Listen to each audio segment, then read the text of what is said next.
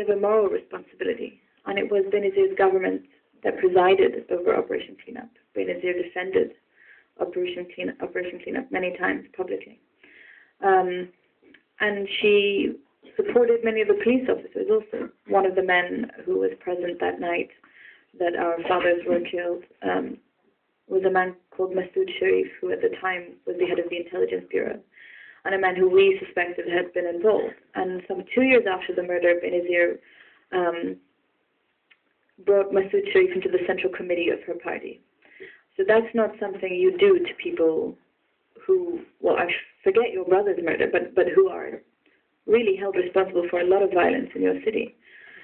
And the second thing is in fact the cover-up. I mentioned that the roads had been cleaned and that all the wounded men had been taken to different locations. They had been left to bleed for 45 minutes before they were moved, minimum. And those who survived the assassination were jailed until Benazir's government fell. And they were jailed for about 2 months without access to lawyers, without access to their families. They were tortured, they were beaten, they were meant to sign confessions. And our families were denied the right to file a police report, a first information report, which is our right as Pakistani citizens in the event of any grievance. We had to go to the court to have that right given to us. And again, once we had that right, the government stopped us from taking a criminal case forward. And they put a tribunal in charge of investigating the murder. And this tribunal was not to have any legal authority to pass sentence or jail anyone. But they did rule, very importantly, first of all, that it was a premeditated assassination, that the only ammunition spent came from the police.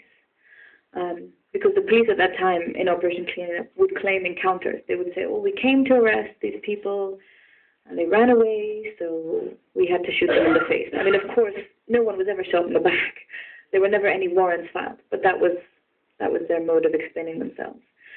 The tribunal also said that the police used an excess amount of force. There was anywhere between 70 to 100 policemen on the roads that night. And they were in the trees, they had shut the street lights, and they had left the men to bleed. And then third, the tribunal said that the order to kill my father, who at that time was a member of parliament, could not have come except from the highest level of government. But it didn't name names. Now, when Benazir was killed 11 years later, the scene of her crime was washed up as well. And this is something that I asked my aunt afterwards. And I saw in the book, I asked her, I said, why did you clean the roads? And I was 14 years old at the time, and she was the prime minister who didn't like being questioned. So I was always shut down, metaphorically. And she would say things like, oh, this isn't the movies. This is government. We do things differently. And then 11 years later, the same thing happens to her. I mean, this is part of the cycle of the violence. It's not even creative. It's not different. It's the same kind of violence that we've been seeing for decades. And because each government